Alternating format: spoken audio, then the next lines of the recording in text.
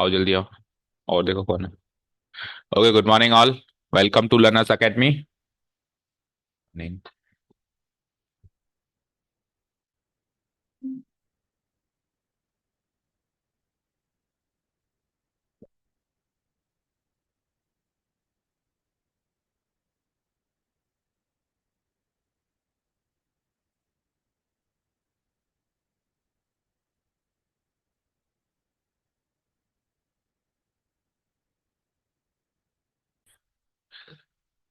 चलो। So exercise number 13.2 is the topic for today and the topic name is, recall me the topic name.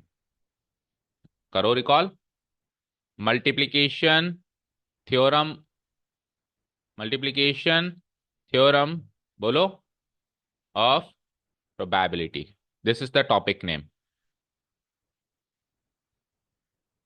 Multiplication theorem of probability, this is the topic name जो हमने कल introduce किया था और उसकी exercise आज करने वाले हैं हम। ठीक है। क्विकली रिकॉल करते हैं कल क्या क्या हुआ हमारे साथ।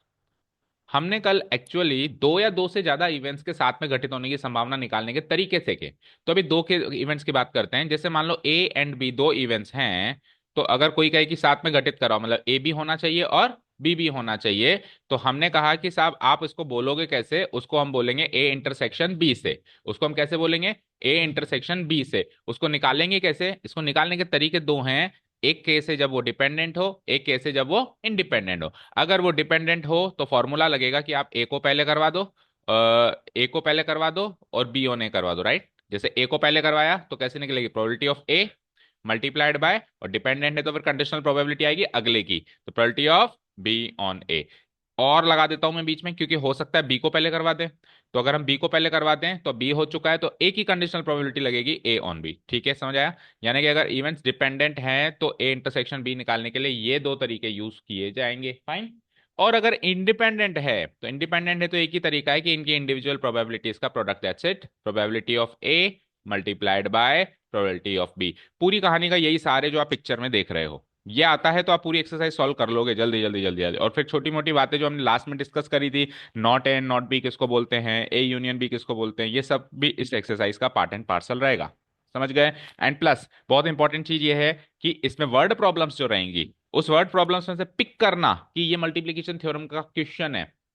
अभी तो एक्सरसाइज चल रही है, आपको पता ही है मल्टीप्लिकेशन थ्योरम का क्वेश्चन है। But when the chapter is over तो हमारे पास कितने टॉपिक्स हो गए? Conditional probability, multiplication theorem on probability, आगे आ जाओ बेस थ्योरम आएगा, और उससे आगे आ जाओ रैंडम डिस्ट्रीब्यूशन आएगा। तो इन चार में से मुझे कैसे एग्जाम में पता चलेगा कि ये जो वर्ड प्रॉब्लम है ये इस एक्सरसाइज का पार्ट एंड पार्सल है? वो है सबसे डिफिकल्ट पार्ट पिक करने के लिए। तो अभी आपका काम क्या है? आपका काम यह है कि कोई भी वर्ड प्रॉब्लम आ जाए, जैसे इस एक्सरसाइज में जैसे सेकंड क्वेश्चन ही वर्ड प्रॉब्लम का है, तो आप ये डिस्कस मत, ये मत सोचो कि ये सॉल्व कैसे हो रहा है, आप खुद सोचो कि ये मल्टीप्लिकेशन थ्योरम का ही क्वेश्चन क्यों है। ठीक है, आप आइडेंटिफाई करो, मतलब आइडेंटिफाई करने की टेक्निक सोचो कि ये सवाल जो है मल्टीप्लिकेशन थ्योरम का है, मुझे पता है, पर क्यों है। ये आप खुद मंथन करो। और exercise to exercise, question to question ये मंथन करोगे तो चैप्टर एंड तक आते जाते वो सब मिक्स नहीं होगा। और नहीं करोगे तो फिर मिक्स हो जाएगा, फिर at the end of the chapter आप कहोगे कि सर हम तो ऐसा लग रहा है जैसे चैप्टर के स्टार्टिंग में ही हैं अभी। पिक नहीं कर पा रहे, क्वेश्चन पिक नहीं कर पा रहे, समझ गए? स्टार्ट करूं मैं एक्सरसाइज।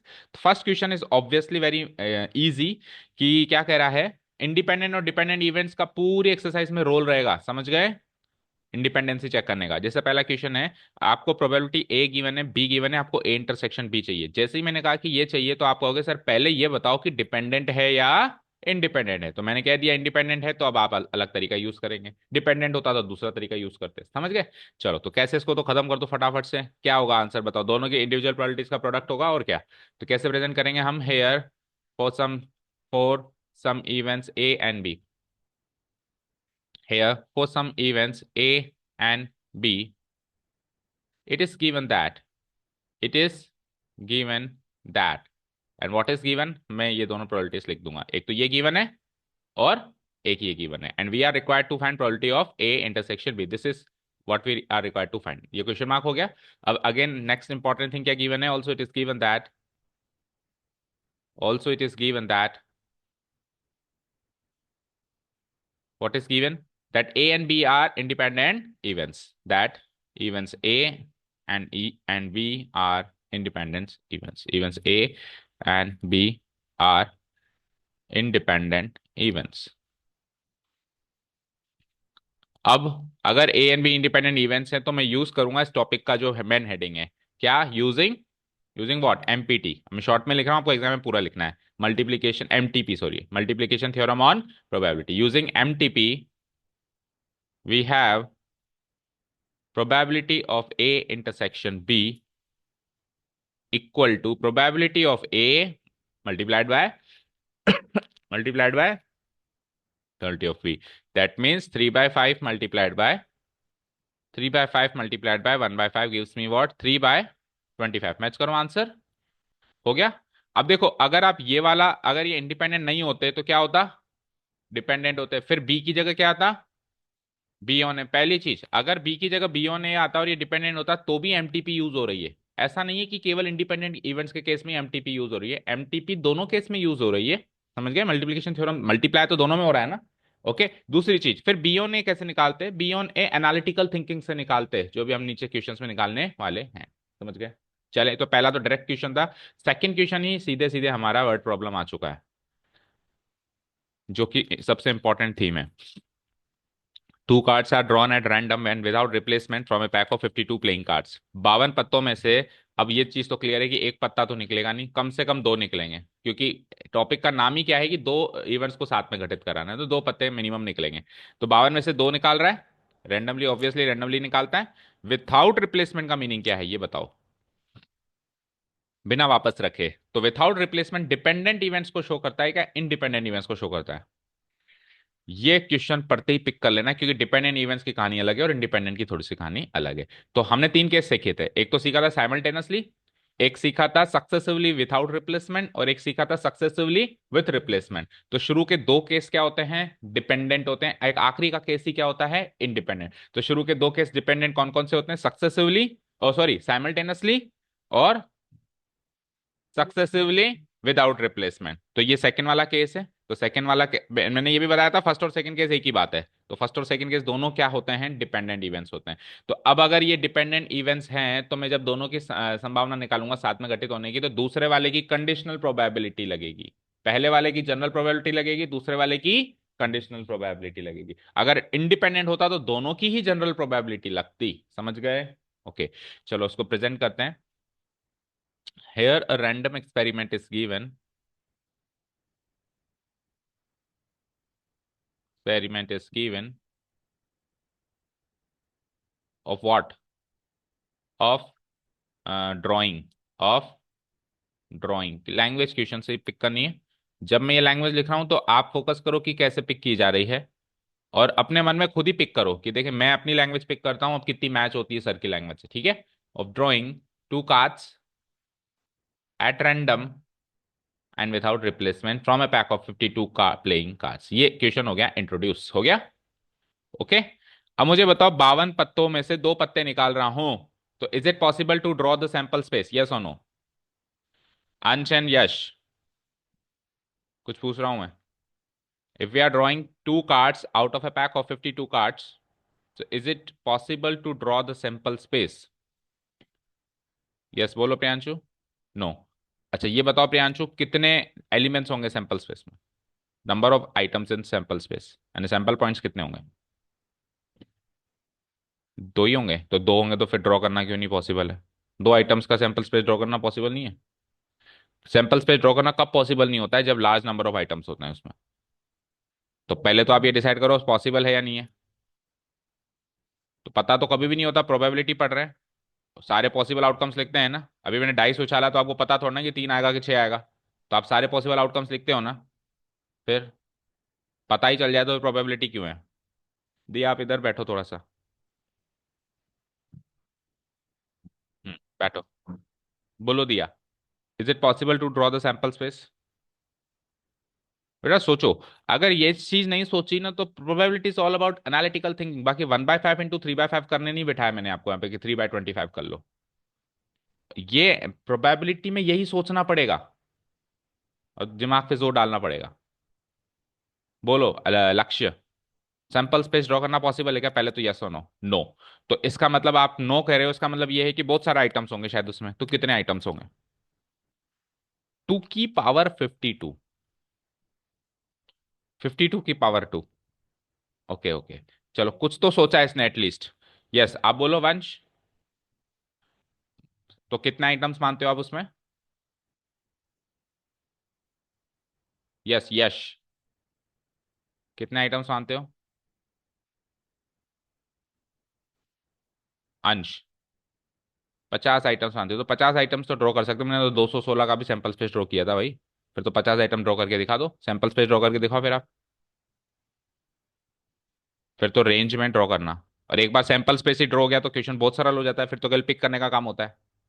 प्रॉब्लम वही होती है जहां सैंपल स्पेस ड्रॉ करना पॉसिबल ना हो, क्योंकि सब फिर सैंपल स्पेस मेरे माइंड में है, जो मैं पेपर पेन में नहीं लिख सकता। यस ऋषिका। तो किसी को भी परमुट, यस बोलो सौम्या।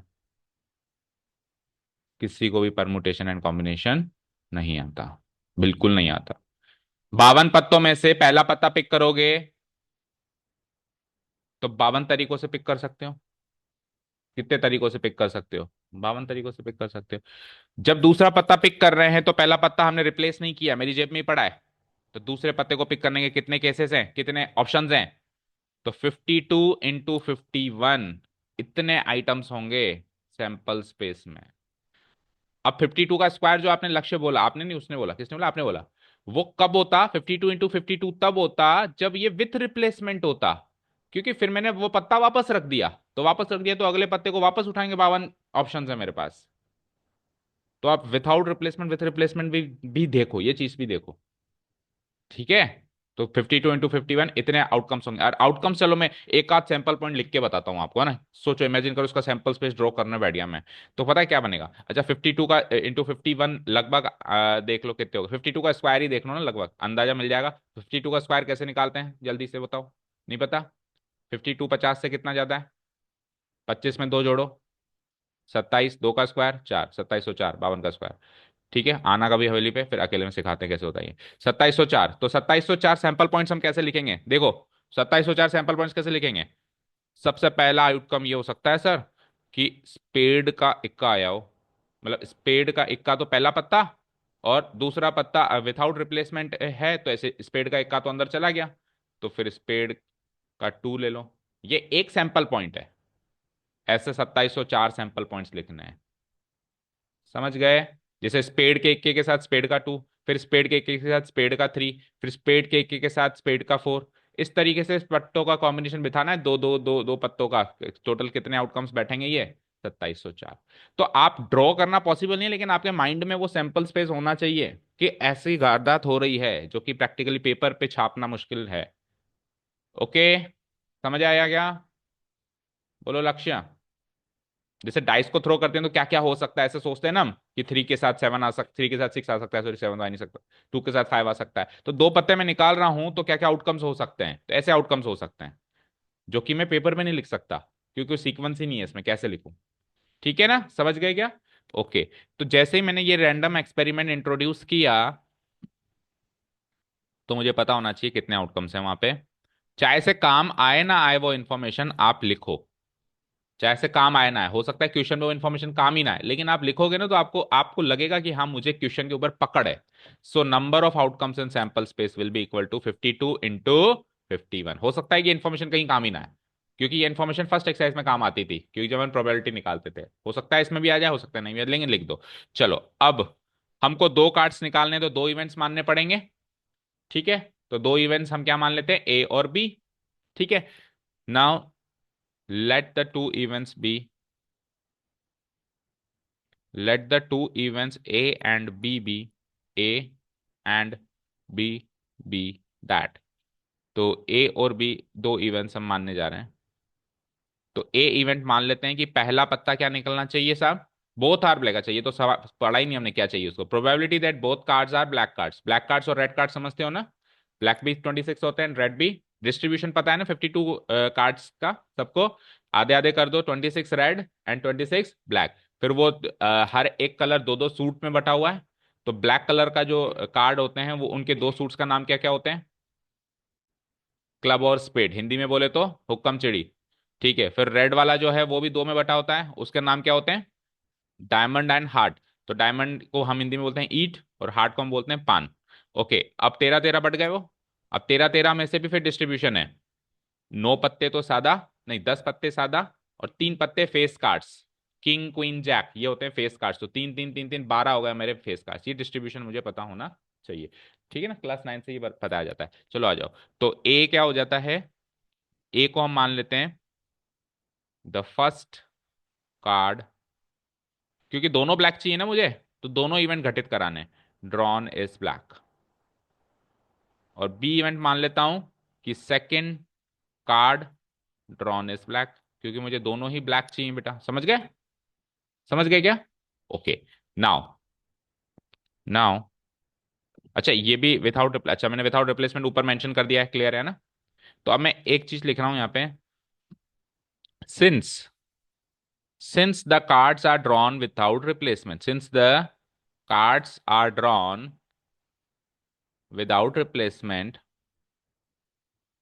अगर कार्ड्स विदाउट रिप्लेसमेंट ड्रॉ किए जा रहे हैं तो इवेंट्स डिपेंडेंट हुए या इंडिपेंडेंट हुए? डिपेंडेंट हुए, है ना, प्रोबेबिलिटी प्रभावित होगी। So events A and B are independent events, so events A and B are, बोलो, बोलो क्या? Dependent events. देखो टॉपिक का नाम भले ही मल्टीप्लिकेशन थ्योरम है, लेकिन पूरी एक्सरसाइज में डिपेंडेंसी और इंडिपेंडेंसी के इसको सोचे बिना आगे नहीं बढ़ा जा सकता। इंपॉर्टेंट रोल ये सोचना है कि डिपेंडेंट है या इंडिपेंडेंट, करना तो सबको मल्टीप्लाई है, ये तो सबको पता है, ठीक है। So are dependent events, clear, ठीक है। So by using MPT, so using MPT, we MPT नहीं, सॉरी क्या है, MTP, we have we have क्या चाहिए हमें, वो चीज लिख दो, प्रोबेबिलिटी ऑफ, क्या चाहिए हमें, both the cards are black, है ना, ये तो चाहिए, probability of both the cards are black. मुझे पता है आखिरी में केवल छोटी सी कैलकुलेशन होगी, है ना, आर ब्लैक इस गिवन बाय, इसको मैं कहूंगा प्रोबेबिलिटी ऑफ ए इंटरसेक्शन भी, बोलो, क्योंकि दोनों ब्लैक चाहिए तो ए भी घटित करवाना है और बी भी घटित कराना है। अब ए भी घटित कराना है, बी भी घटित कराना है, और इवेंट्स डिपेंडेंट है, तो डिपेंडेंट है तो आप डिसाइड करो पहले ए कराओगे पहले बी कराओगे, तो पहले ए करवा दे, पहले ए करा दें, और इवेंट अगर इन डिपेंडेंट है तो फिर बी ऑन ए लिखना पड़ेगा, क्या लिखना पड़ेगा, बी ऑन ए। देखो ये बी ऑन ए की प्रोबेबिलिटी मेरे माइंड में सोचना आसान है, लेकिन इसको बी ऑन ए लिखते हैं ये सोचना मुश्किल है। अभी किसी ने पूछा कि ए घटित करा के अगला इवेंट घटित करा दे, तो प्रोबेबिलिटी आप जल्दी निकाल लोगे उसकी एनालिटिकल थिंकिंग से, लेकिन उस प्रोबेबिलिटी को बी ने बोला जा रहा है, प्रोबेबिलिटी ऑफ बी नहीं बोला जा रहा है, ये सोचना थोड़ा मुश्किल है, वो डिपेंडेंसी पे डिपेंड करेगा। ओके, चलो। तो सबसे पहले हमने ए इवेंट घटित कराया, तो जल्दी बताओ कि अगर हमने ब्लैक कार्ड निकालना है, पहला कार्ड ब्लैक निकालना है, तो क्या होगा, 26 ब्लैक होते हैं अपॉन 52। अब क्योंकि विदाउट रिप्लेसमेंट हो रहा है, डिपेंडेंट है, तो अब आपको ये ध्यान में रखना है कि ए इवेंट घटित हो चुका है, तो हो चुका है तो एक पत्ता कम हो चुका है, और वो भी पत्ता कौन सा कम हुआ है, क्योंकि ब्लैक निकला है तो ब्लैक ही कम हुआ है, और फिर ब्लैक ही चाहिए दोबारा, तो how many black are there, 25। समझ गए? अब इसी में डिस्कस करो, अगर ये विथ रिप्लेसमेंट का केस होता तो क्या क्या चेंजेस होते, बोलो, अगर ये विथ रिप्लेसमेंट का केस होता तो क्या क्या चेंजेस होते? सबसे पहले डिपेंडेंट को आप कर दे इंडिपेंडेंट, उसके बाद आप बी ऑन ए की जगह क्या लिखते हैं, जस्ट बी लिखते हैं, क्योंकि फिर जनरल प्रोबेबिलिटी लिखते हैं, कंडीशनल प्रोबेबिलिटी नहीं लिखते, और फिर 25/20 51 की जगह वापस प्रोबेबिलिटी ऑफ बी भी वही हो जाता है, 26/52 ही हो जाता है, ये चेंजेस हो जाते हैं। समझ गए क्या, बोलो, समझ गए? चलो अब इसको सॉल्व करने का काम तो बड़ा आसान ही है, कर दो फटाफट। 26/52 is obviously 1/2, this is equal to 1/2, और आगे जो है मल्टीप्लाई नहीं हो रहा है, क्या नहीं हो रहा है, तो 25/102, देखो आंसर, समझ आया? हम्म, बोलो ऋषिका, समझ आया? ओके चलें, सिचुएशन अंडर कंट्रोल है ना, कभी भी लगे तो आप रोक के डिस्कशन कर सकते हो, बट आउट ऑफ कंट्रोल मत जाने देना, है ना? Okay, question number 3, A box of oranges is inspected by examining three randomly selected oranges drawn without replacement। समझ आया? एक इंस्पेक्शन चल रहा है जिसमें एक बॉक्स ऑफ ऑरेंजेस को इंस्पेक्शन किया करना है, उसमें से कैसे इंस्पेक्शन, अब इंस्पेक्शन कैसे होता है सबको पता है, उसमें मान लो कि 100 ऑरेंजेस है तो हर एक ऑरेंज को थोड़ा ना इंस्पेक्ट करेंगे, रैंडमली सेलेक्ट करेंगे, कोई भी 3 ऑरेंजेस को इंस्पेक्टर आएगा, ठीक है ना, विदाउट प्लानिंग वो कोई से भी तीन ऑरेंजेस निकाल लेगा। अगर वो अच्छे निकले तो बॉक्स भी अच्छा, और अगर वो गंदे निकले तो बॉक्स भी गंदा। आप ऐसा एक्सक्यूज नहीं दे सकते कि सर एक यही गंदा है बाकी सब ठीक है। तो वो आपकी किस्मत है कि वो गंदा है, हाथ लगा उसने। सैंपल भरते हैं ना, आपने सुना होगा सैंपल भरने आए। सैंपल भरने का मतलब क्या होता है, मान लो एक चावल का कट्टा है, उसमें सैंपल भरने आए तो वो एक मुट्ठी चावल उनके प्लानिंग के हिसाब से कहीं से भी वो निकाल लेंगे, है ना। और फिर उसको एग्जामिन टेस्ट करेंगे लैब में जाके। अगर वो अच्छा निकला तो आपकी पूरी दुकान अच्छी है, नहीं निकला तो नहीं है। ठीक है, अब आप क्या करते हो, पता चल जाता है तो आप वही वही कट्टा सामने रख देते हो चावल का जो बढ़िया है, बढ़िया क्वालिटी का सामने रख देते हो। और अगर इन केस कोई डिस्क्रिपेंसी है तो उसको हम कहाँ पटक देते हैं, पीछे पटक देते हैं। ऐसा होता है। चलो आ जाओ। तो if all the three oranges are good, अगर सारे के सारे गुड हैं तो box is approved for sale, box को अप्रूव कर देंगे सेल से। Otherwise it is rejected. तीन में से अगर एक भी गंदा निकला, या तीनों गंदे निकले या दो गंदे निकले, तो रिजेक्ट हो जाएगा, समझ गए। एक ही केस में वो सेल के लिए अप्रूव होता है जब तीनों के तीनों ही गुड ऑरेंजेस की कैटेगरी के निकलते हैं, समझ आया। Okay, let's go further. Find the probability that a box containing 15 oranges, out of which 12 are good and 3 are bad, once will be approved for sale. तो ऐसा एक बॉक्स इसमें टोटल 15 ऑरेंजेस हैं, 15 में से 12 अच्छे रख रखे हैं मैंने और तीन जो हैं बुरे रख रखे हैं। क्या संभावना है कि वो सेल के लिए अप्रूव हो जाएगा, क्या संभावना है कि ये सेल के लिए अप्रूव हो जाएगा, समझ गए। क्वेश्चन समझ में आ गया। ओके। अब देखो, जब मैं तीन ऑरेंजेस निकाल रहा हूं तो कई बार आपको देखो इसने हालांकि बोल दिया विदाउट रिप्लेसमेंट, बोल दिया ना।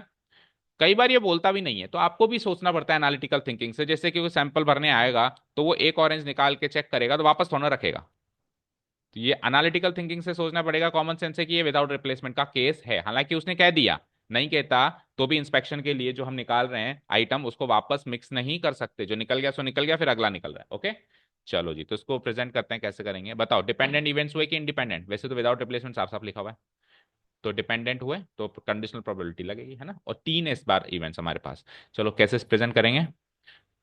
Here a random experiment is given, random experiment is given.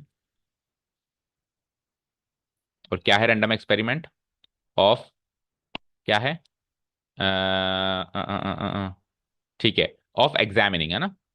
Of examining how many oranges, three oranges, out of what, three oranges from a box, from a box. उस बॉक्स में क्या क्या है, containing how many oranges, 15 oranges.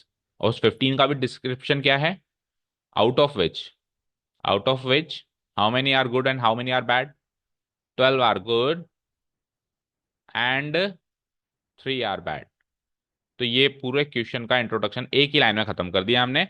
Total एक box है, box में 15 है, 15 में 12 अच्छे हैं, तीन बुरे, उसमें से तीन निकाल के एग्जामिन करने, और यही रैंडम एक्सपेरिमेंट है। डन। अब इसमें बताओ number of item sample space. चाहे से जरूरत ना पड़े पर हर क्वेश्चन में सोचो। अब तो सरल है सोचना। कितने आउटकम्स होंगे सैंपल स्पेस में, क्या 15 × 14 × 13। जब पहला ऑरेंज निकाल रहे हैं तो 15 ऑप्शन हैं, दूसरे के लिए 14 होगा क्योंकि विदाउट रिप्लेसमेंट तीसरे के लिए 13 है, तो 15 × 14 × 13। ओके, क्लियर है। ठीक है। अच्छा, परमुटेशन कॉम्बिनेशन की भाषा में बात करें तो ये तो एक जनरल बातचीत होगी। परमुटेशन कॉम्बिनेशन की भाषा में बात करें तो 15p3, क्या कहेंगे, 15p3। 15p3 का मीनिंग क्या होता है, 15 है, उसमें से तीन पिक करने हैं। ठीक है, तो क्या बनेगा, 15 फैक्टोरियल डिवाइडेड बाई 15 - 3 क्या होता है, 12 फैक्टोरियल। 15 फैक्टोरियल से 12 फैक्टोरियल काटेंगे तो 15 × 14 × 13 ही तो बचेगा, 12 फैक्टोरियल तो कट जाएगा। तो ऐसे सोच लो, ऐसे सोच लो। ओके, चलिए आइए। ये बहुत इंपॉर्टेंट होता सोचना अगर बर्नौली ट्रायल्स की एक्सरसाइज होती। अब नहीं है तो इतना ज्यादा इंपॉर्टेंट नहीं है, बट देखो हमारे ओवरऑल अंडरस्टैंडिंग के लिए तो इंपॉर्टेंट है, क्योंकि कोई भी टॉपिक कोर्स से कट सकता है, जिंदगी से नहीं कट सकता।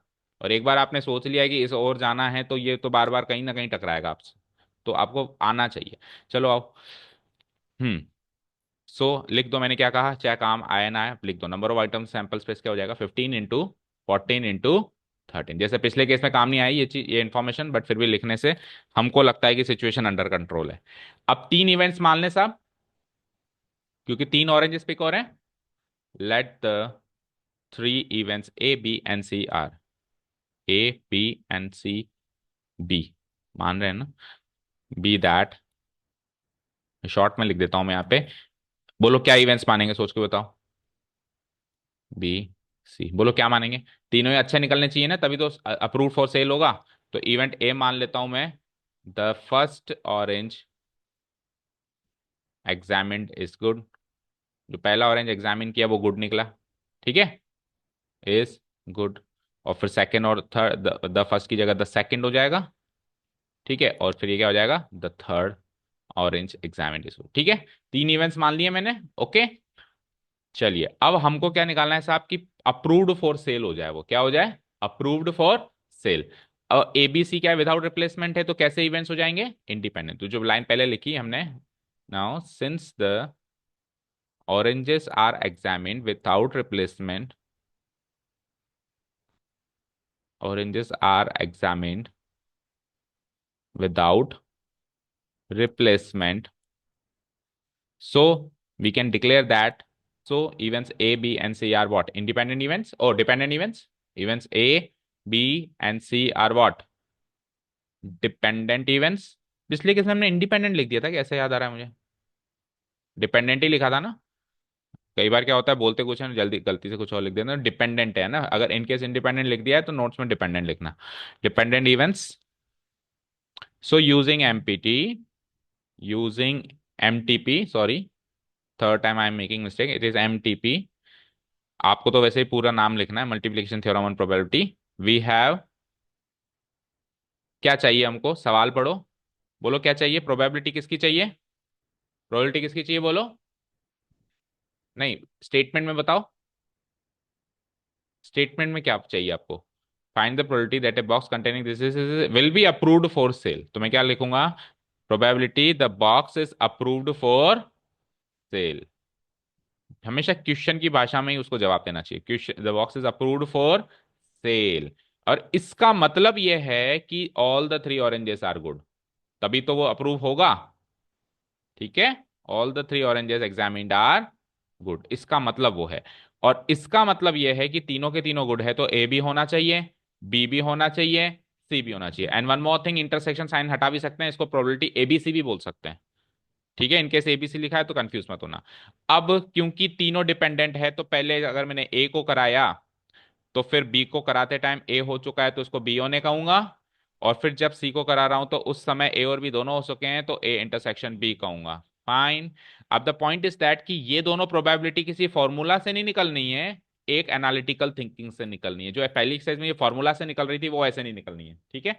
चलो जी, तो सबसे पहले हमने ये ए है, बी लिख दिया मैंने गलती से, हाँ। तो ए की प्रोबेबिलिटी बताओ, टोटल 15 हैं, उसमें से 12 गुड हैं, तो गुड आने की प्रोबेबिलिटी क्या हो जाएगी, 12/15 इंटू, अब एक ऑरेंज कम हो गया और गुड भी एक कम हो गया, फिर से गुड चाहिए तो 11, अब एक और ऑरेंज कम हो गया और गुड भी एक और कम हो गया तो फिर 10। आप खुद सोचो, इस कहानी में ये सोचना कितना आसान था, बट ये यहां तक लाना बड़ा मुश्किल था, ठीक है। The main thing is presentation part, क्या लिखना है क्या छोड़ना है, तभी आपको फुल मार्क्स मिलेंगे अगर ये सारा प्रेजेंट करोगे तो।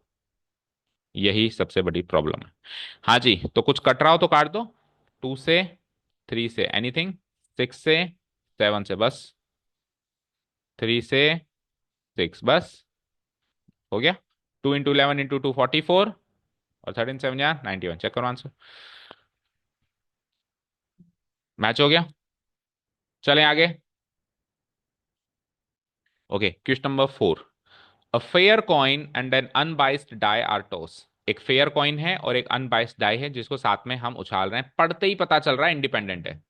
बोलो पता चल रहा है क्या, कई चीजें तो बॉर्न इंडिपेंडेंट होती हैं, कई इवेंट्स तो ऐसी होती हैं पढ़ते ही पता चल जाता है कि इंडिपेंडेंट है। एक फेयर कॉइन है और एक अनबाइस्ड डाई है, तो मैं दोनों को साथ में उछालूं, एक के बाद उछालूं, क्या फर्क पड़ेगा, पहले कॉइन पे क्या आया था, क्या फर्क पड़ेगा कि पहले डाई पे क्या आया था। तो पढ़ते ही आपको डिक्लेयर होना चाहिए कि साहब इंडिपेंडेंट इवेंट है ये, ठीक है। Let A be the event that head appears on the coin, coin पे हेड आना ए इवेंट है और डाई पे 3 आना बी इवेंट है। Check whether A and B are independent events और नॉट, यस। अब सुनो, क्वेश्चन नंबर 4 और 5 को एक बार के लिए, हालांकि मैंने रीड कर लिया लेकिन एक बार के लिए आप इसको छोड़ो और 6 पे आओ, क्योंकि जो 4 5 6 हैं वो तीनों ही क्वेश्चंस इंडिपेंडेंसी चेक करने के हैं। क्या है, independency check whether are A and B independent, are A and E and F independent. तो तीनों इक्वेशन इंडिपेंडेंसी चेक करने के हैं, तो पहले वर्ड प्रॉब्लम क्यों करें, पहले सादा क्वेश्चन करें। एक्चुअली 6 क्वेश्चन पहले आना चाहिए सीक्वेंस में, एंड 4 एंड 5 वर्ड प्रॉब्लम बाद में आनी चाहिए। तो सीधे वर्ड प्रॉब्लम करेंगे तो थोड़ा सा कंफ्यूजन होगा, तो पहले सादा क्वेश्चन कर लेते हैं। तो 6 करके फिर 4 एंड 5 के पास जाते हैं। देखो 6 क्वेश्चन क्या है, आपको दो इवेंट्स में ई और एफ की प्रोबेबिलिटी गिवन है, और साथ में ई इंटरसेक्शन एफ, तीनों प्रोबेबिलिटी गिवन है। आपको चेक करना है कि ये इंडिपेंडेंट है या नहीं है। तो कैसे चेक करते हैं इंडिपेंडेंसी? देखो इंडिपेंडेंसी गिवन होना अलग चीज है और चेक करना अलग चीज है। कैसे चेक करते हैं? अगर ई और एफ इंडिपेंडेंट होंगे तो क्या होगा, उनकी प्रोबेबिलिटी, उनके साथ में घटित होने की संभावना है ना, इंटरसेक्शन में घटित होने की संभावना क्या होगी, इनके इंडिविजुअल प्रोबेबिलिटीज का प्रोडक्ट होगी। तो अगर वो प्रोडक्ट के बराबर है तब तो वो इंडिपेंडेंट है, नहीं है तो नहीं है। Very easy. यानी इन दोनों का प्रोडक्ट इसके बराबर है या नहीं, ये चेक करना है बस। समझ गए क्या? बोलो लक्ष्य, समझ गए? इन दोनों का प्रोडक्ट इसके बराबर है या नहीं है, अगर है तो इंडिपेंडेंट है, अदरवाइज नहीं है। ठीक है ना? तो कैसे इसको प्रेजेंट करें? For some events E and F, for some events E and F, it's given that, फिर हम ये तीनों प्रोबेबिलिटीज लिख लेते हैं। It's given that probability of E, comma probability of F and probability of E, ये तीनों इंफॉर्मेशन लिख दी हमने। Now checking independency, now checking dependency. तो डिपेंडेंसी चेक करते हैं।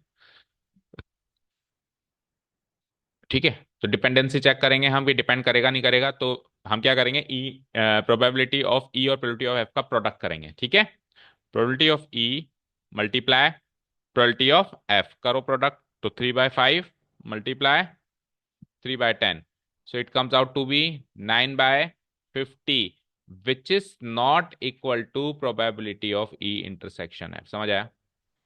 तो probability of E into probability of F has not come out equal to probability of E intersection F। ये इसके इक्वल नहीं आया, आ जाता तो इंडिपेंडेंट होते। so we conclude that we conclude that events E and F are what? Events E and F are not dependent या independent, are independent नहीं, dependent उल्टा बोल रहे हो ना, आर नॉट। अच्छा उसने ये पूछा इंडिपेंडेंट है या नहीं है, तो आप ऐसे कहो नॉट इंडिपेंडेंट। हालांकि वो डिपेंडेंट होना है, लेकिन उसी की भाषा में जवाब दो, आर नॉट इंडिपेंडेंट इवेंट्स। बोलो समझ आया 6th क्वेश्चन? अब यही चीज फिफ्थ और सिक्स, फोर्थ और फिफ्थ में वर्ड प्रॉब्लम में गिवन है, जैसे साफ साफ दे दी ना 3/5 3/10, ये अब आपको निकालना है। ये अब आपको उसके वर्ड प्रॉब्लम की स्टेटमेंट से निकालना है, और फिर वापस चेक यही करना है जो अभी किया हमने चेक। ओके चलें, ठीक है। तो आ जाओ, अब आ जाओ फोर्थ क्वेश्चन पे। रीड कर ही लिया है हमने। तो एक फेयर कॉइन और एक अनबाइस्ड डाई को टॉस करेंगे तो सैंपल स्पेस बनाना पॉसिबल है या नहीं है, और है तो कितने एलिमेंट्स हैं, पहला सवाल मेरा अगेन वही है, सोचो सारे बच्चे। डाई होता है ना, डाई, वही अनबाइस्ड डाई होता है। अनबाइस का मतलब होता है, बायसनेस का मतलब क्या होता है, BIAS। बायस होने का मतलब क्या होता है, बायस्ड होने का मतलब क्या होता है, किसी को ज्यादा फेवर करना या सपोर्ट करना, यानी पक्षपाती होना। तो अनबायस का मतलब क्या होता है, अपक्षपाती होना। तो वो डाय क्या है, अपक्षपाती है। ऐसा नहीं है कि वो 6 ज्यादा लाता है, कि 3 कम लाता है, कि 2 कम लाता है, वो सारे आइटम जो आउटकम्स हैं वो फेयर तरीके से लाता है। तो फेयर होना या अनबायस्ड होना एक ही बात है। ठीक है, क्लियर है? यानी किसी पर्टिकुलर आउटकम को फेवर नहीं करना। Okay, yes. हेयर, अंश को लगा कोई स्पेशल टाइप का डाय है ये।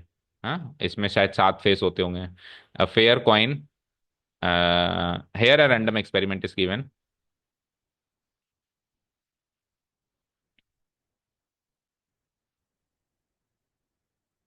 is given of of of tossing, of tossing a fair coin and an unbest die, है ना, ये लिख देंगे मैं। हाँ, मेरा सवाल का जवाब नहीं दिया अभी भी।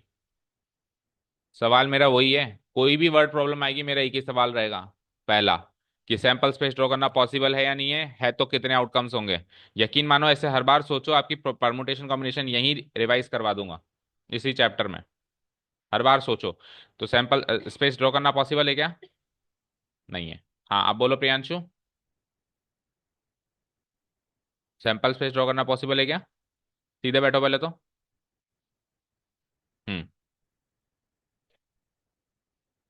बोलो वंश। कर तो सकते हैं। कर सकते हैं, कितने आउटकम्स होंगे?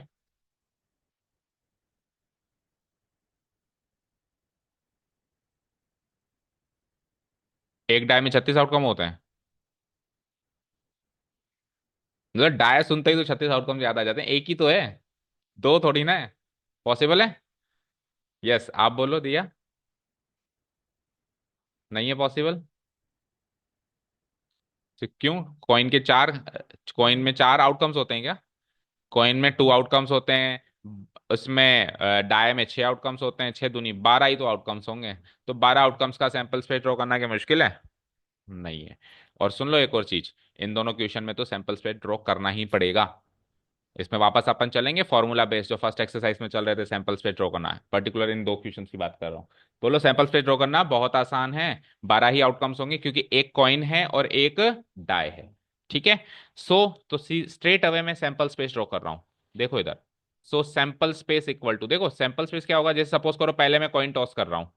तो कॉइन टॉस कर रहा हूँ तो हेड या टेल। तो जैसे मैंने हेड आया तो हेड के साथ फिर डायर उछालूंगा तो हो सकता है उसमें वन आ जाए, तो H1 पहला आउटकम। हो सकता है कि एच के साथ टू भी आ जाए, H2 दूसरा outcome, H3, H4, H5, H6। हो सकता है ये छह के छह आउटकम टेल के साथ आए, तो T1, T2, T3, T4, T5, T6।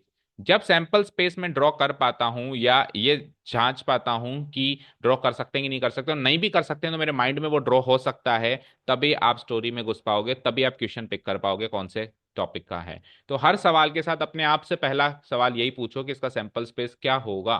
मतलब एक्सपेरिमेंट दे दिया तो अब क्या हो सकता है, यही तो सोचना है, सैंपल स्पेस सोचना, ये चीज तो सोचना है। अब कोई एक्सपेरिमेंट हो गया और क्या हो सकता है यही नहीं सोच पा रहे हो, भाई आउटकम क्या होंगे, अब क्या क्या हो सकता है, तो फिर आप क्वेश्चन नहीं समझ पा रहे हो, तो आप क्वेश्चन समझ नहीं सकते, सॉरी। ठीक है।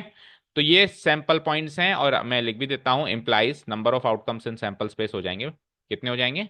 वैसे ये पहले लिखना चाहिए, आपको बताया था कि पहले आप ये सोचो कितने आउटकम्स हैं। तो कितने हो जाएंगे, दो आउटकम्स उसके हैं, छह आउटकम्स उसके हैं, तो 12। Okay fine. यहां तक क्लियर है? अब आगे बढ़ते हैं। ए इवेंट और बी इवेंट मुझे नहीं मानना, ऑलरेडी गिवन है ना, तो लिख दो जैसा भी गिवन है। Now events A and B are given as, are given as, बोलो ए की डेफिनेशन एंड बी की डेफिनेशन, जो भी गिवन है, क्या गिवन है? Head appears on the coin, head appears on the coin. और बी क्या गिवन है? Three appears on the die. Fine. जैसे ही ए और बी मिला तो ए और बी का इवेंट स्पेस चाहिए मुझे। बताओ, सो इवेंट ए का इवेंट स्पेस क्या होगा और बी का क्या होगा? तो head appears on the coin के आउटकम सेलेक्ट करो ना। सिक्स होंगे, कौन कौन से? H1, H2, H3, H4, H5, H6। और three appears on the die के आउटकम सेलेक्ट करो, H3, T3। Okay fine. जैसे ही ए और बी का मुझे इवेंट स्पेस मिला तो ए और बी के नंबर ऑफ एलिमेंट्स भी चाहिए मुझे। Number of elements in A कितने हो गए? 6। और number of elements in B कितने हो गए? दो। और क्योंकि डिपेंडेंसी चेक करनी है तो दोनों का इंटरसेक्शन भी चाहिए मुझे। नाउ ए इंटरसेक्शन बी क्या हुआ, ये बताओ, दोनों में क्या आउटकम्स कॉमन है? यानी ये सवाल करीब करीब हम ऐसा लग रहा है पिछली एक्सरसाइज के सवाल की तरह कर रहे हैं ना। ए और बी का कॉमन आउटकम क्या है? H3 is the only common outcome between them। तो number of outcomes in A intersection B भी चाहिए मुझे। Number of outcomes in A intersection B कितने हो गए, गिन के देखो तो बन आ गए। ये सारी बात हो गई। अब ए के नंबर ऑफ आउटकम्स हैं, बी के नंबर ऑफ आउटकम्स हैं, और ए इंटरसेक्शन बी के भी नंबर ऑफ आउटकम्स हैं, तो तीनों की अलग अलग प्रोबेबिलिटी भी निकाल सकते हो, इसकी, इसकी और इसकी। निकाल सकते हो, मतलब इवेंट्स की, सॉरी, मतलब ए इवेंट की प्रोबेबिलिटी, बी की, और ए इंटरसेक्शन बी की प्रोबेबिलिटी निकाल सकते हो। Number of outcomes in sample space से डिवाइड कर लो, तो उससे अलग अलग अलग अलग प्रोबेबिलिटी आ जाएगी। अब एक बार प्रोबेबिलिटी आ गई तीनों की, तो ये सवाल छठा सवाल बन गया जिसमें ऑलरेडी प्रोबेबिलिटी गिवन थी।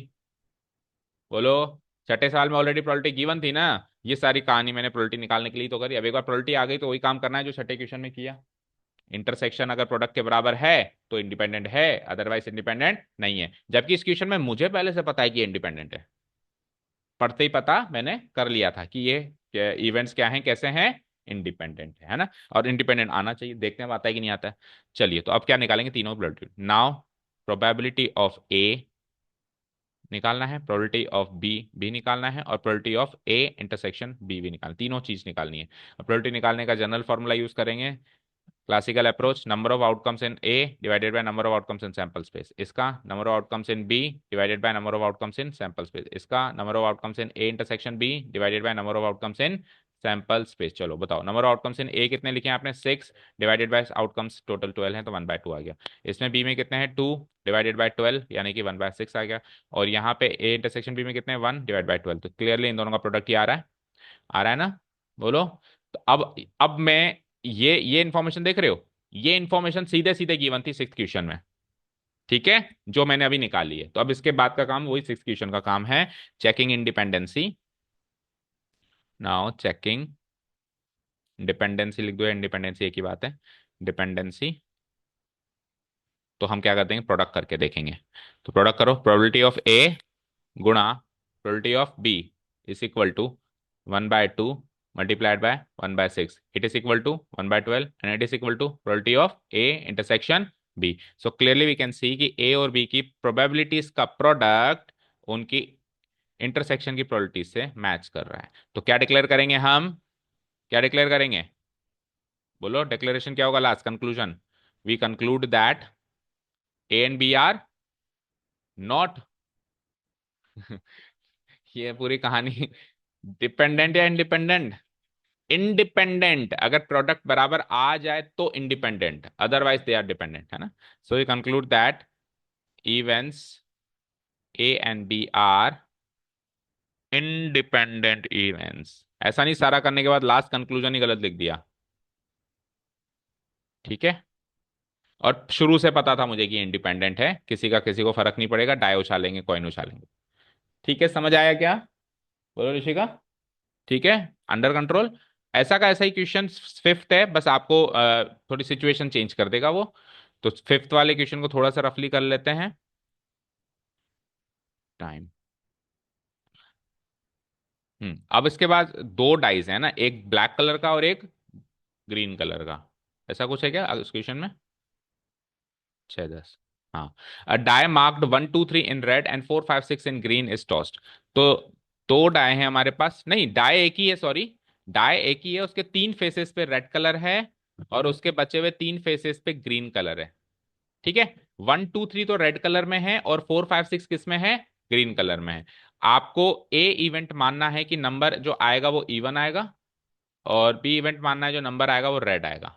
अच्छा जी, नंबर इवन आएगा एक इवेंट है, नंबर रेड आएगा दूसरा इवेंट है, are A and B independent. देखो फर्स्ट इंप्रेशन में आप क्या, अभी हम करेंगे तो सही, बट फर्स्ट इंप्रेशन में सोचो कि ये डिपेंडेंट होंगे या इंडिपेंडेंट होंगे, फर्क पड़ेगा या नहीं पड़ेगा, डिपेंडेंट होंगे ऑब्वियस। देखो 6 1 2 3 4 5 6, अब उसमें से कुछ नंबर्स तो इवन है और कुछ नंबर्स ऑड है। इवन ऑड कौन कौन से हैं, 2 4 6 तो इवन है और 1 3 5 ऑड है। अच्छा, कलर के हिसाब से डिस्क्रिप्शन कैसे दे रखा है, 1 2 3 रेड, 4 5 6 ग्रीन, तो इसमें भी कुछ इवन ऑड है, रेड कलर में भी कुछ इवन ऑड है और ग्रीन कलर में भी कुछ इवन ऑड है, तो ऑब्वियस बात है डिपेंड तो करेगा, करेगा ना। इवन ऑड का कॉम्बिनेशन और ग्रीन और रेड का कॉम्बिनेशन डिपेंड करेगा, क्योंकि इसके क्लैश हो गए आइटम्स।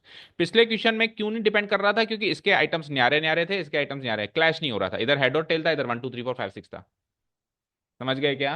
तो पढ़ते ही आपको तो पिक कर लेना है कि इंडिपेंडेंट डिपेंडेंट है, फिर प्रेजेंट करने की बात अलग है, ओके। तो ये यहाँ पे डिपेंडेंट आएगा, are A and B independent का आंसर नो हो जाएगा, ठीक है। चलो प्रेजेंट कर देते हैं इसको भी, और ये आखिरी क्वेश्चन करते हैं, फिर बाकी के हम कल करेंगे ना। Here a die marked, die marked 1 2 3 red and professor is tossed, ठीक है, ये हमने इंट्रोड्यूस कर दिया। ओके, सो सैंपल स्पेस बताओ क्विकली, छह एक ही डाई है, छह आउटकम से तो छह ही सैंपल पॉइंट्स होंगे, very easy. So sample space is equal to या तो 1 आएगा या 2 आएगा या 3 आएगा। हम ऐसे कर देते हैं कि रेड कलर से आए, रेड कलर से आए तो रेड कलर का लिख देता हूँ 1 2 3। अब आपके पास वो लग्जरी नहीं होगी एग्जाम में रेड और ग्रीन लिखने की, तो आप ऊपर मार्क कर सकते हो RRR जी जी जी, ओके। और 4 5, सॉरी 4 5 6, अभी आपको समझ में आ जाए इसलिए मैंने कलर मार्क कर दिए, ठीक है। तो यही सैंपल स्पेस होगा, नंबर ऑफ आउटकम्स हो जाएंगे हमारे 6, फाइन। अब ए और बी इवेंट्स कैसे गिवन है लिखते हैं। Now events A and B are given as, total कितने क्वेश्चन है इसमें, 18 है क्या? तो फिर कायदे से 9 होने चाहिए। अच्छा, दो एमसीक्यू भी हैं। अच्छा, 16 है और दो एमसीक्यू को साइड में हटाएं तो 16 में से कितने होने चाहिए? 8। अभी कितने हो रहे हैं? 6। देखते हैं सातवां आठवां कैसा है, एक बार देखते हैं। Events A and B are given as. तो ए इवेंट की कहानी क्या है कि द नंबर इज इवन, और बी इवेंट की कहानी क्या है? द नंबर इज ऑड थे, उन्हें रेड है। अच्छा, इवन आया तो रेड ही ऑड ही आएगा अगला, हाँ? जो वो कह रहा है वो लेना है भाई। इवेंट ए है इवन आना, इवेंट बी ऑड आना नहीं है, रेड आना है। ओके, ठीक है। तो ये इवन चाहता है, ये रेड चाहता है, तो अब ई ए और बी का वही इवेंट स्पेस बनाओ। बनाओ जल्दी से। सो ए में इवन नंबर्स डाल दो। तो इवन नंबर्स बताओ कौन कौन से हैं इसमें से? कौन कौन से हैं? 2 4 6, जिसमें 2 रेड कलर का है और 4 और 6 ग्रीन कलर का है। मैं फील करवा रहा हूँ, ठीक है, ओके। अब बात करते हैं इवेंट बी का इवेंट स्पेस बताओ। तो बी में रेड कलर ही चाहिए, तो सारे रेड कलर के हैं। चाहिए रेड कलर के, तो दैट मीन्स 1 2 3 आएगा इसमें तो। 1 2 3, 1 2 3, ओके। अब ए और बी आ गया तो लगे हाथ, क्योंकि डिपेंडेंसी चेक करनी है। तो ए इंटरसेक्शन बी, क्या कॉमन है दोनों में? ओनली 2। कौन सा कलर का? रेड कलर का। डन। चलो, तीनों के नंबर ऑफ आउटकम्स, ओ हाँ मतलब नंबर ऑफ आउटकम्स इन इनके जो भी इवेंट स्पेस में कितने आउटकम्स हुए वो देखना है। तो ए में 3, बी में 3, इसमें 1। अब प्रोबेबिलिटी, प्रोबेबिलिटी ऑफ ए बोलो। Number of outcomes in A divided by वही सैंपल स्पेस के आउटकम्स कितने हुए? 3/6 comes out to be 1/2। Probability of B, number of outcomes in B divided by number of outcomes in sample space, वही 3/6 आ गई, 1/2। And probability of A intersection B, number of outcomes in A intersection B divided by number of outcomes in sample space बोले तो 1/6। तो clearly in दोनों का product नहीं आ रहा ना। पहला सवाल है तीनों में से जिसमें वो फेल हो गई इंडिपेंडेंसी। नाउ चेकिंग इंडिपेंडेंसी, नहीं शायद उसमें भी फेल हुई थी, छठे में भी फेल हुई थी क्या? Checking dependency. तो प्रोबेबिलिटी ऑफ ए और बी का प्रोडक्ट कर दो, multiplied by probability of B, it is equal to 1/2 multiplied by 1/2, it is equal to 1/4, and which is not equal to probability of A intersection B. So we conclude that, बोलो अब conclusion बोलो। यश, आपने गलती करी थी पिछली बार। Yes, we conclude that events A and B are not independent, are not independent. Fine, clear. बोलो इन 6 क्वेश्चंस में कोई डाउट? क्विकली सातवां आठवां देखते हैं, अगर 5 मिनट में होने का है तो ठीक है, नहीं तो कल ही करेंगे। ओके, सो सातवां कर लेते हैं, बस आठवां कल करेंगे, ठीक है। Given that the events A and B are such that probability of A equal to this, probability of A union B is equal to this, probability of B equal to this. सबसे पहले तो ये given information हम डाल देंगे। Here for some events A and B, these three information is given here for some events a and b, it is given that, it is given that, what is given? ये given, ये given, ये given, और p, इसकी value p है और मुझे p निकालना है। ओके फाइन, क्लियर है यहां तक? अब देखो a यूनियन b की अगर प्रोबेबिलिटी गिवन है तो वहां से a इंटरसेक्शन b की प्रोबेबिलिटी निकाली जा सकती है। कैसे? इसको एक्सप्लोर करो, इसके फॉर्मूले से एक्सप्लोर करो। तो a यूनियन b की प्रोबेबिलिटी क्या होती है बोलो? Probability of a plus probability of b minus probability of A intersection B. तो इसके इक्वल टू 3/5 कर दूं मैं। अब क्या क्या गिवन है चेक करो। ए की प्रोबेबिलिटी कितनी गिवन है? 1/2। बी की प्रोबेबिलिटी पी की फॉर्म में गिवन है, और ए इंटरसेक्शन बी की मुझे निकालनी है। तो निकाली जा सकती है ना पी की फॉर्म में तो। सो पी की फॉर्म में इसकी प्रोबेबिलिटी निकालो ए इंटरसेक्शन बी की। आप ये चीज याद रखो इस एक्सरसाइज में, A intersection B is the hero, is the hero of all the questions. यही मेन है जो डिपेंडेंसी इंडिपेंडेंसी और साइमल्टेनियस अकरेंस को शो कर रहा है। हमने क्या स्टार्ट किया था? दो इवेंट्स के साथ में घटित होने की संभावना, उसको ए इंटरसेक्शन बी तो बोलेंगे। यस, इसको कैसे निकालूंगा मैं? तो कैसे निकालूंगा बोलो? ये इधर जाएगा, इधर जाएगा, तो 1/2 प्लस p माइनस 3/5। सही किया क्या? चेक कर लेना। तो करो -5, टू थ्री जा सिक्स, 5 1 जा 5, 2 3 जा 6, 5 - 6 -1/10, यानी P -1/10, करेक्ट है क्या? ओके, अब पार्ट ए क्या है, P निकालो अगर ये म्यूचुअली एक्सक्लूसिव है, पार्ट बी क्या है, P निकालो अगर ये इंडिपेंडेंट है। तो म्यूचुअली एक्सक्लूसिव और इंडिपेंडेंट की डिफरेंस बताई थी आपको साफ साफ, क्या डिफरेंस होती है बोलो? नहीं, पे मीनिंग बताओ। म्यूचुअल एक्सक्लूसिव इवेंट्स वो होते हैं जिनमें कोई आउटकम कॉमन नहीं होता, दैट मीन्स उनका इंटरसेक्शन फाई होता है। ठीक है, और इंडिपेंडेंट क्या होते हैं, जो एक दूसरे को डिपेंड नहीं करते हैं, अभी बात कर ही रहे हैं हम उसकी तो, है ना? सो इसमें गिवन है इवेंट्स ए एंड बी, क्या हुआ, गया क्या, बच गया, आर म्यूचुअली एक्सक्लूसिव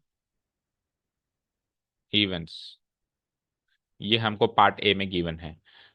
जैसे ही मुझे ये पता चला कि ये म्यूचुअली एक्सक्लूसिव इवेंट्स हैं, तो मैं क्या लिख दूंगा, probability of A intersection B जो होगा, या पहले और पर्टिकुलर कहें तो मैं ये लिख दूंगा कि ए इंटरसेक्शन बी फाइव होगा, एंड इसकी प्रोबेबिलिटी जीरो होगी, फाइन।